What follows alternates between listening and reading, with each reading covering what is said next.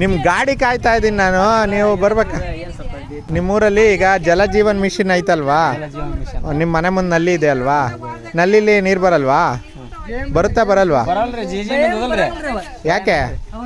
ಎಷ್ಟು ವರ್ಷ ಆಯ್ತು ಅದು ಹಾಕಿ? ಒಂದು ವರ್ಷ ಆಯ್ತಾ? ಇಲ್ಲಿ ಮಾತ್ರ ಈ ಥರ ಬರ್ತಾ ಇರತ್ತೆ ನೀರು? ಎಷ್ಟು ಗಂಟೆವರೆಗೂ ಬರುತ್ತೆ ಇಲ್ಲಿ? 1 ತಾಸು ಅಷ್ಟೇ ರೀ, ಅರ್ಧ ತಾಸು ಮತ್ತೆ ಬಂದ್ ಆಗ್ಬಿಡುತ್ತೆ. ಅಷ್ಟೊತ್ತಿಗೆ ಇಟ್ಕೋಬೇಕಾ ನೀವು? ಅಷ್ಟೊತ್ತಿಗೆಲ್ಲ ಹೊರ ಮಾಡ್ಕೊಂಬಂದು ಹಿಡಿದ್ರಾಗ ನೀರು ಸಿಗಂಗಿಲ್ಲ ನೋಡ್ರಿ. ಹಿಂಗಾಗಿ ಎಲ್ಲ ಹೊಲ್ದಾಗ ಹೊರೆ ಮಾಡಿ ಬಂದು ಯಾವಾಗ ಸಿಗ್ಬೇಕು ಬಂದ್ ಮಾಡಿಬಿಡ್ತಾರೆ. ಇಷ್ಟೊಂದು ಲಕ್ಷಾಂತರ ರೂಪಾಯಿ ಹಾಕಿ ಒಂದು ನಲ್ಲಿ ಹಾಕಿದ್ದಾರೆ ಅಲ್ವಾ? 1 ಕೋಟಿ ರೂಪಾಯಿ ಹಾಕಿ ಮಾಡಿದಾರಲ್ವಾ? ಯಾಕೆ ನೀರು ಬರ್ತಾ ಇಲ್ಲ ಅಂತ ಕೇಳ್ತಾ ಇರೋದು. ಎಲ್ಲಾರ್ಗು ಒಂದೊಂದು ನಲ್ಲಿ ಹಾಕೊಟ್ಟಿದ್ದಾರೆ, ಎಲ್ಲಾರ್ಗು ಒಂದೊಂದು ಮೀಟರ್ ಹಾಕಿದ್ದಾರೆ. ಪ್ರತಿ ಊರಲ್ಲೂ ಕೂಡ ಜಲಜೀವನ್ ಮಿಷನ್ ಅಂತ ಹೇಳ್ಬಿಟ್ಟು ನಿಮ್ಗೆ ಒಂದೊಂದು ಮನೆ ಮುಂದೆ ನಲ್ಲಿ ಹಾಕಿ 24x7 ನೀರು ಕೊಡ್ತೀವಿ ಅಂತ ಹೇಳಿದ್ದಾರೆ. ನಾವು ಈಗ ಹುರುಳಿ ಕೊಪ್ಪೆಯಲ್ಲಿದ್ದೀವಿ. ಹುರುಳಿ ಕೊಪ್ಪೆ ಒಳಗಡೆ ನೋಡಿ, ಇಲ್ಲಿ ಜನ ದೊಡ್ಡ ದೊಡ್ಡ ಗಾಡಿ, ಎಷ್ಟು ಗಾಡಿ ಒಂದಿವು ರೇಟು?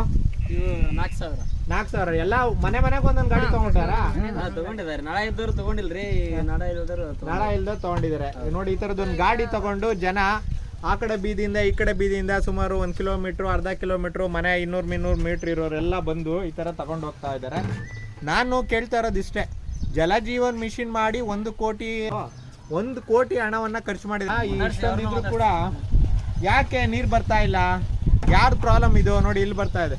ಮಾಜಿ ಮುಖ್ಯಮಂತ್ರಿ ಆದಂಥ ಬಸವರಾಜ ಬೊಮ್ಮಾಯಿ ಅವರ ಕ್ಷೇತ್ರ.